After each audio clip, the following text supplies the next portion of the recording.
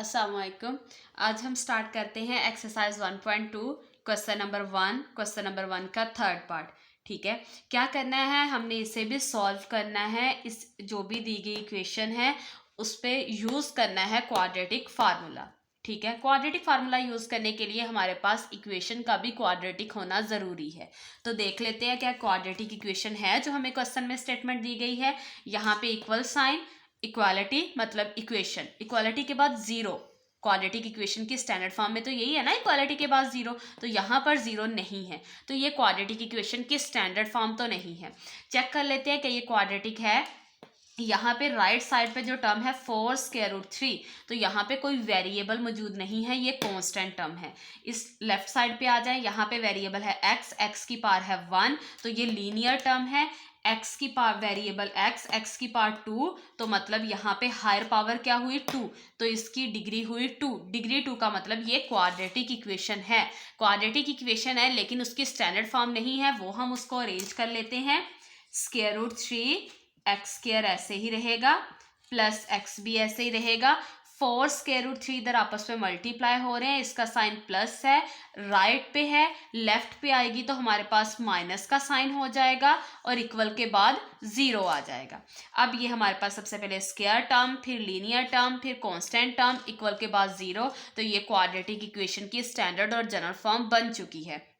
ठीक है, यहाँ पे इसका कोफिशिएंट √3 है, यहाँ पे 1 है और यहाँ पे 4√3 है, तो ये तीनों में से कुछ भी ऐसा नहीं है जो हर टर्म के साथ मौजूद हो और उसे कॉमन लिया जा सके। ठीक है, और यहाँ से अब हम क्या करेंगे, क्वाड्रेटिक फार्मूला को यूज़ करेंगे। क्वाड्रेटिक फार्मूला को यूज़ करने के लिए हमारे पास ABC की वैल्यूज़ का होना ज़रूरी है। ABC की वैल्यूज़ कैसे लेंगे, ये जो क्वेश्चन की स्टेटमेंट हमें गिवन है उसको क्वाड्रेटिक इक्वेशन की स्टैंडर्ड और जनरल फॉर्म से कंपेयर कर लेंगे। ठीक है, जो डेफिनेशन में मैंने अपने फर्स्ट लेक्चर में आपको बताई थी कि ये हमारे पास क्वाड्रेटिक इक्वेशन की स्टैंडर्ड और जनरल फॉर्म होती है, इसको अपनी गिवन क्वेश्चन की स्टेटमेंट से कंपेयर करते हैं और ABC की वैल्यूज ले लेंगे। x² के साथ क्या है a, और यहाँ पर क्वेश्चन में x² के साथ क्या है √3। ठीक है, तो a की वैल्यू मिल गई। यहाँ पे x के साथ क्या है b, और क्वेश्चन में x के साथ कुछ नहीं है, तो मतलब कोफिशिएंट 1 मौजूद है, वो भी प्लस का, साइन भी साथ ही रखते होते हैं। लास्ट पे है c कांस्टेंट टर्म, और यहाँ पर है 4√3, वो माइनस का हमारे पास, तो c की वैल्यू होगी -4√3।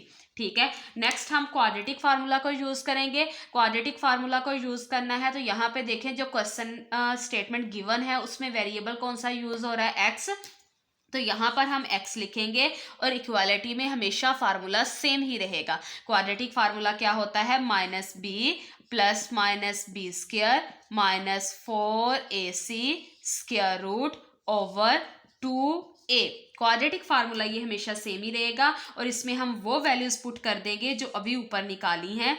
-b की वैल्यू क्या है 1, प्लस -b का स्क्वायर मतलब 1 का स्क्वायर, -4ac आपस में मल्टीप्लाई हो रहे हैं, अब 4 इनकी वैल्यू से मल्टीप्लाई होगा। 4a की वैल्यू है √3 एंड c की वैल्यू है -4√3।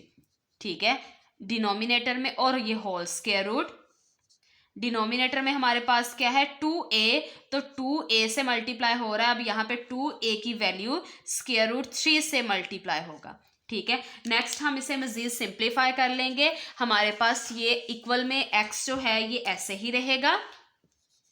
ठीक है, -1 भी ऐसे ही रहेगा, प्लस माइनस 1 का स्क्वायर, 1 की जो मर्जी पावर ले लें 1 1 ही रहता है, और ये तीनों आपस में मल्टीप्लाई हो रहे हैं, ये ब्रैकेट्स बता रही हैं कि ये मल्टीप्लाई हो रहे हैं, तो ये माइनस माइनस प्लस, मल्टीप्लाई में सिर्फ इतना देखा जाता है, अगर ऐड और सब्ट्रैक्ट हो रहे होते तब साइन ग्रेटर वैल्यू का देख लेते। 4 4 16, ठीक हो गया, और √3 से मल्टीप्लाई होगा, √3 से मल्टीप्लाई होगा, तो हमारे पास ये देखिए पावर सेम है, हमने एक लॉ पढ़ा हुआ है, अगर दो ऐसे मल्टीप्लाई हो रहे हों, पावर सेम हो, तो उनको इकट्ठा कर लिया जाता है ऐसे। ठीक है, पावर सेम है ना, तो यहाँ पर भी ऐसे कर लेंगे, पावर सेम है उसको एक बार लिख लेंगे, और जो उसके अंडर वैल्यू है 3 × 3 उसको इकट्ठा कर लिया जाएगा, और ये हो जाएगा 3 की पावर 2, और ये उसका स्क्वायर रूट, स्क्वायर रूट से कट के आ जाएगा 3, तो यहाँ पे हमारे पास आ गया 3 और ये इसका स्क्वायर रूट ओवर 2 और स्क्वायर रूट 3 आपस में मल्टीप्लाई होके क्या हो जाएगा 2 स्क्वायर रूट 3। नेक्स्ट x हमारे पास ऐसे ही रहेगा -1 प्लस -1 भी ऐसे ही रहेगा प्लस 16 3 जार 48 और ये स्क्वायर रूट आ गया ओवर 2 स्क्वायर रूट 3। नेक्स्ट हम क्या करेंगे इस 48 और 1 को ऐड कर लेंगे तो हमारे पास क्या आ जाएगा 49। x इक्वल -1 ऐसे ही रहेगा प्लस माइनस ये दोनों ऐड होके क्या हो गया 49 square root over 2 square root 3। x equal -1 ऐसे रहेगा प्लस माइनस 49 की फैक्टराइजेशन अगर हम करें 7 7 जार 49 7 1 जार 7 49 का स्क्वायर रूट जब सॉल्व करना है तो वो क्या बने हैं उसमें 7 मल्टीप्लाई 7। ठीक है इसे लिख सकते हैं 7 की पावर 2 और ये स्क्वायर रूट और ये स्क्वायर रूट से कट के आ जाएगा आंसर 7। 49 का स्क्वायर रूट सॉल्व करें तो आ गया 7 और डिनोमिनेटर में 2 स्क्वायर रूट 3 ऐसे ही रहेगा। अब ये देखिए हमारे पास न्यूमिनेटर से स्क्वायर रूट खत्म हो चुका है। अगर न्यूमिनेटर का स्क्वायर रूट खत्म हो गया है तो हम इसे मजीद सिंप्लीफाई कर लेंगे। मजीद सिंप्लीफाई कैसे किया जाएगा हम सेंटर में लाइन लगाएंगे और इसे आगे सॉल्व कर लेंगे। अगर न्यूमिनेटर का स्क्वायर रूट सॉल्व ना होता तब हम इसे यहीं पर ख़त्म कर देते। ठीक है स्क्वायर रूट है लेकिन डिनोमिनेटर में है तो हम इसे सिंप्लीफाई कर सकते हैं, लेकिन अगर स्क्वायर रूट न्यूमिनेटर में होता तो यही आंसर ख़त्म हो चुका होता। ठीक है अब हम सेंटर में लाइन लगाएंगे x इक्वल -1 ऐसे ही एक बार +7 लिख लिया जाएगा और डिनोमिनेटर में 2 स्क्वायर रूट 3 ऐसे ही रहेगा।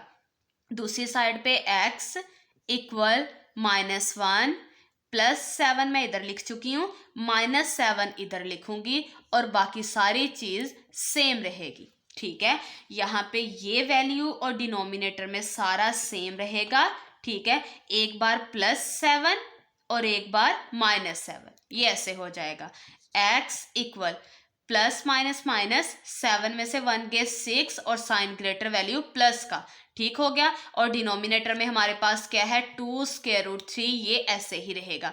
अगर इधर देख लें x equal minus minus plus 7 में 1 ऐड किया 8 और साइन ग्रेटर वैल्यू 7 का साइन माइनस है ओवर 2 स्क्वायर रूट 3 ये ऐसे ही रहेगा। नेक्स्ट हमारे पास क्या आ जाएगा ये लाइन ऐसे ही लगी रहेगी सेंटर में और यहाँ पर हमारे पास ये देखें क्या लिखा हुआ है x इक्वल मैं दोबारा रिपीट इसे लिख लेती हूँ x equal 6 over 2 square root 3। ठीक है यही स्टेप मैंने यहाँ पे लिखा है और यहाँ देख लें ये कट हो जाएगा, ये दोनों मल्टीप्लाई हो रहे हैं ना, मल्टीप्लाई हो रहे हैं तो फिर ये ऊपर चीज़ कट हो सकती है। 2 1 जार 2 2 4 जार 8। अगर यहाँ सेंटर में प्लस या माइनस का साइन होता तब ये 2 ऊपर जाके कटिंग नहीं करता। यहाँ पे 2 और स्क्वायर रूट 3 आपस में मल्टीप्लाई हो रहे हैं इसलिए मैंने 2 को ऊपर कटिंग में यूज़ कर लिया है। तो x हमारे पास किसके इक्वल आ गया है -4 ओवर और यहाँ पे स्क्वायर रूट 3 1 से मल्टीप्लाई होके क्या हो गया है 4 ओवर स्क्वायर रूट 3। एक आंसर मेरे पास x का आ चुका है ये वाला, ये सॉल्यूशन सेट में अब डायरेक्ट जाएगा, लेकिन अभी ये सिंप्लीफाई हो रहा है। x इक्वल यहाँ पे ये भी मल्टीप्लाई हो रहे हैं दोनों तो इसका मतलब है 2 को ऊपर कटिंग में यूज़ किया जा सकता है। अगर यहाँ पे प्लस या माइनस का साइन होता तब हम कटिंग बिल्कुल नहीं करते। ठीक है यहाँ पे कटिंग हो रही है क्योंकि यहाँ पे कोई साइन नहीं है, मतलब यहाँ पे मल्टीप्लाई का साइन है। अगर इन दोनों के सेंटर में देखा जाए तो मल्टीप्लाई है, अगर किसी दो वैल्यूज़ के बिटवीन कोई साइन नहीं है तो वहाँ मल्टीप्लाई होता है। अगर स्टार्ट पे देखा जाए तो वहाँ पे प्लस होता है। ठीक है ये बात भी याद रखनी है। 2 1 जार 2 2 3 जार 6 न्यूमिनेटर में 3 आ गया है, स्क्वायर रूट 3 को 1 से मल्टीप्लाई किया तो हमारे पास आ गया स्क्वायर रूट 3। ये अभी भी सॉल्व नहीं हुआ है। आपने एक फार्मूला एक क्लास याद रखना है कि अगर हमारे पास a over square root a हो इक्वल हमारे पास स्क्वायर रूट a आ जाता है। ठीक है या फिर अगर square root a over a हो तो वो इक्वल आ जाता है 1 ओवर स्क्वायर रूट a के। ये एज अ फार्मूला आप लोग याद रख सकते हो कि कोई भी वैल्यू हो और उसी वैल्यू का डिनोमिनेटर में स्क्वायर रूट हो तो इक्वल में उस वैल्यू का स्क्वायर रूट आ जाता है। यहाँ पे a की कोई भी वैल्यू हो सकती है। अगर वैल्यू का स्क्वायर रूट ऊपर और डिनोमिनेटर में वो वैल्यू खुद हो तो इक्वल में 1/, उस वैल्यू का स्क्वायर रूट आ जाता है। अब इसी लॉजिक को मैं यहाँ पे यूज करने वाली हूँ। ये देखें, ये चीज जो है इसको इससे कंपेयर करते हैं। वैल्यू 3 है, डिनोमिनेटर में 3 का ही स्क्वायर रूट है। ये देखें, वैल्यू और डिनोमिनेटर में वैल्यू का ही स्क्वायर रूट है, तो इक्वल में क्या आएगा, उस वैल्यू का स्क्वायर रूट। यहाँ पे 3 है, डिनोमिनेटर में 3 का ही स्क्वायर रूट है, तो इक्वल में आएगा 3 का स्क्वायर रूट। ये x का सेकंड आंसर भी आ चुका है। हमने सॉल्व करना था by using quadratic formula. Quadratic formula use करते हुए हमने गिवन क्वेश्चन की स्टेटमेंट को किया है सॉल्व किया है, मतलब वेरिएबल का आंसर दिया है। वेरिएबल का आंसर दिया है तो हम उसका सोल्यूशन सेट भी राइट करेंगे। हमारे पास एक आंसर आया है √3, दूसरा आंसर आया है -4/√3। तो दोनों में से जो मर्जी यहाँ पे पहले लिख लें, ठीक है, दोनों ही हमारे पास सोल्यूशन सेट में जाएंगे। इसके साथ ही हमारे पास एक्सरसाइज 1.2 क्वेश्चन नंबर 1 का थर्ड पार्ट कंप्लीट सॉल्व हो गया है। नेक्स्ट है हमारे पास पार्ट नंबर 4, ठीक है, हमने उसे भी सॉल्व करना है क्वाड्रेटिक फार्मूला को यूज करते हुए। तो क्वाड्रेटिक फार्मूला तभी अप्लाई करेंगे जब हमारे पास क्वाड्रेटिक इक्वेशन होगी। तो क्वाड्रेटिक इक्वेशन देख लेते हैं। पार्ट नंबर 4 में हमारे पास क्या है, 4x² - 14 = 3x, ठीक है। तो यहाँ पे इक्वालिटी के पास 0 नहीं है, तो ये स्टैंडर्ड और जनरल फॉर्म तो ना हुई क्वाड्रेटिक इक्वेशन की, तो हम इससे सेट करेंगे 4x², ये ऐसे ही रहेगा, ठीक है। फिर हमारे पास -14 भी ऐसे ही रहेगा। यहाँ पे 3x जो है इसका साइन क्या है, 3 और x के बिटवीन कोई साइन नहीं है, ये दोनों मल्टीप्लाई हो रहे हैं। स्टार्ट पे देखा जाए कोई साइन नहीं है तो वहां पे प्लस है, तो राइट से उठाकर इसे लेफ्ट पे लेके आऊंगी तो +3x इधर आकर क्या हो जाएगा, -3x, और इक्वल में रह जाएगा 0। अब यहाँ पे ये देखें, 4x² पहले x² वाली वैल्यू हो गई, फिर x² के बाद x⁻1 वाली, वो क्या है -3x, और फिर ये टर्म रहेगी -14 ये वाली, ठीक है। इसे बाद में लिख लेंगे = 0। अब ये देखें यहाँ पे इक्वालिटी का साइन, तो ये इक्वेशन है, इक्वालिटी के बाद 0, तो ये स्टैंडर्ड और जनरल फॉर्म है, ठीक है। क्या ये अरेंज है? क्वाड्रेटिक इक्वेशन के लिए हमारे पास सबसे पहले वैल्यू स्क्वायर वाली, फिर लीनियर वाले, और फिर जिसके साथ वेरिएबल नहीं होता मतलब कांस्टेंट टर्म, = 0। तो ये क्वाड्रेटिक इक्वेशन है, उसकी स्टैंडर्ड और जनरल फॉर्म भी है। क्या देख लेते हैं, इसमें से कुछ कॉमन तो नहीं आता। यहाँ पर 4 है, यहाँ पर 3 है, और यहाँ पर 14 है। 4, 3, 14 अपने टेबल में या डिफरेंट टेबल्स में आते हैं, ये तीनों किसी भी एक टेबल में नहीं आते, तो इसका मतलब इसमें कुछ भी कॉमन नहीं है। अब हम क्या करेंगे, यूज करेंगे यहाँ पे क्वाड्रेटिक फार्मूला। क्वाड्रेटिक फार्मूला को यूज करने के लिए हमें पहले ABC की वैल्यूज का पता होना जरूरी है। ABC की वैल्यूज कैसे आएंगी, ये जो क्वेश्चन की स्टेटमेंट हमारे पास बन चुकी है उसको जो क्वाड्रेटिक इक्वेशन की स्टैंडर्ड और जनरल फॉर्म है जो हमने डेफिनेशन में पढ़ी है उससे कंपेयर कर लेंगे। ठीक हो गया। x² के साथ क्या है a, और यहाँ पर मेरे क्वेश्चन में x² के साथ क्या है 4। देखें a की वैल्यू मिल गई। x के साथ क्या है b, और यहाँ मेरे क्वेश्चन में x के साथ क्या है 3, वो भी माइनस का साइन हमेशा साथ रखते हैं, तो ये b की वैल्यू भी मिल गई। लास्ट है c मतलब कांस्टेंट टर्म, और यहाँ पर हमारे पास कौन सी कांस्टेंट टर्म, जहाँ पे वेरिएबल नहीं है। वेरिएबल यहाँ पर x है जो कि यहाँ इसके साथ नहीं है, तो ये हुई कांस्टेंट टर्म। तो 14 वो भी माइनस का। हमें a b c की वैल्यूज मिल गई हैं। अब क्वाड्रेटिक फार्मूला लिखेंगे और उसमें इन वैल्यूज को पुट करेंगे। हमारे पास क्वेश्चन की जो स्टेटमेंट है उसमें हमारे पास वेरिएबल कौन सा है, x। तो यहाँ पर हम लिखेंगे x, वही वेरिएबल लिखा जाएगा जो यहाँ पे क्वेश्चन की स्टेटमेंट में होगा। y z कुछ भी हो सकता है, वो हम यहाँ लिखेंगे। इक्वालिटी में ये फार्मूला हमेशा सेम ही रहेगा, -b + -b² - 4ac² √2a। ठीक है। अब इस फार्मूले में अपनी ABC की वैल्यूज को पुट करेंगे। x = -b क्या है, -3। ये माइनस तो फार्मूले का है, b की वैल्यू -3 है इसलिए मैंने ब्रैकेट लगा ली है ताकि वो दोनों आपस में बाद में सॉल्व हो सके।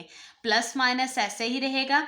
b की वैल्यू क्या है -3, तो माइनस है, ब्रैकेट लगाऊंगी। b का स्क्वायर तो उसकी वैल्यू का स्क्वायर -4, 4ac आपस में मल्टीप्लाई हो रहे हैं। अब 4 उनकी वैल्यू से मल्टीप्लाई होगा।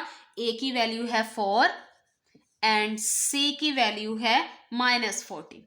ठीक है, ये आपस में मल्टीप्लाई हो जाएंगे और ये उसका होल स्क्वायर रूट ओवर 2 किससे मल्टीप्लाई हो रहा है? a से। यहाँ पर 2 मल्टीप्लाई हो जाएगा a की वैल्यू 4 से।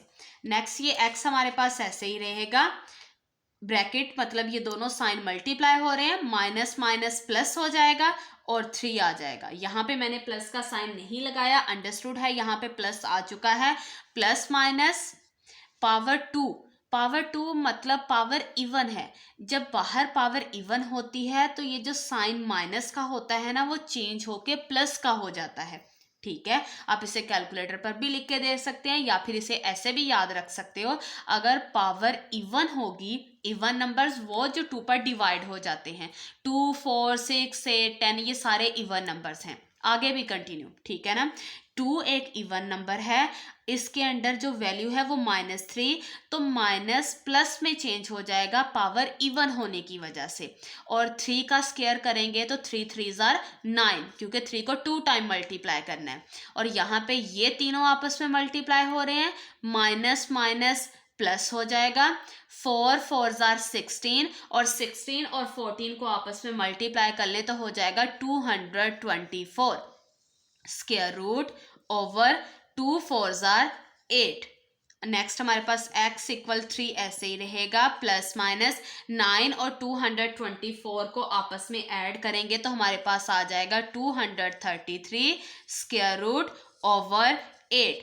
अब हम इसके स्क्वायर रूट को सॉल्व करेंगे। 233 की आप फैक्टराइजेशन करके देख लें तो इसकी फैक्टराइजेशन नहीं होती है। ठीक है, इसकी फैक्टराइजेशन नहीं होती, इसके कोई फैक्टर्स नहीं बनते। आप इसकी फैक्टराइजेशन ऐसे करके देख सकते हैं, इसकी फैक्टराइजेशन नहीं होती, ये किसी पर डिवाइड नहीं होता सिवाय अपने आप के।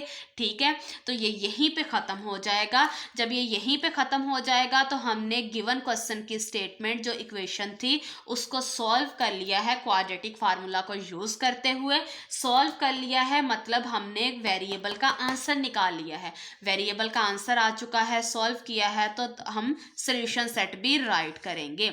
आपने ये बात हमेशा याद रखनी है, जब हम कोई चीज़ सॉल्व करते हैं, जब भी किसी इक्वेशन को सॉल्व किया जाता है उसका मतलब होता है हम उसमें वेरिएबल का आंसर दे रहे होते हैं। ठीक है, जब किसी इक्वेशन को सॉल्व करते हैं तो हम वहाँ पे किसी अननोन किसी वेरिएबल का आंसर देते हैं, और जब जब किसी वेरिएबल का आंसर निकाला जाता है तब तब सॉल्यूशन सेट राइट किया जाता है। ये जो हमारे पास आंसर निकला था उससे डायरेक्ट सॉल्यूशन सेट में राइट कर दिया है, यही हमारे पास आंसर है। इसके साथ ही हमारे पास एक्सरसाइज 1.2 क्वेश्चन नंबर 1 का 4 पार्ट भी कंप्लीट सॉल्व हो गया है।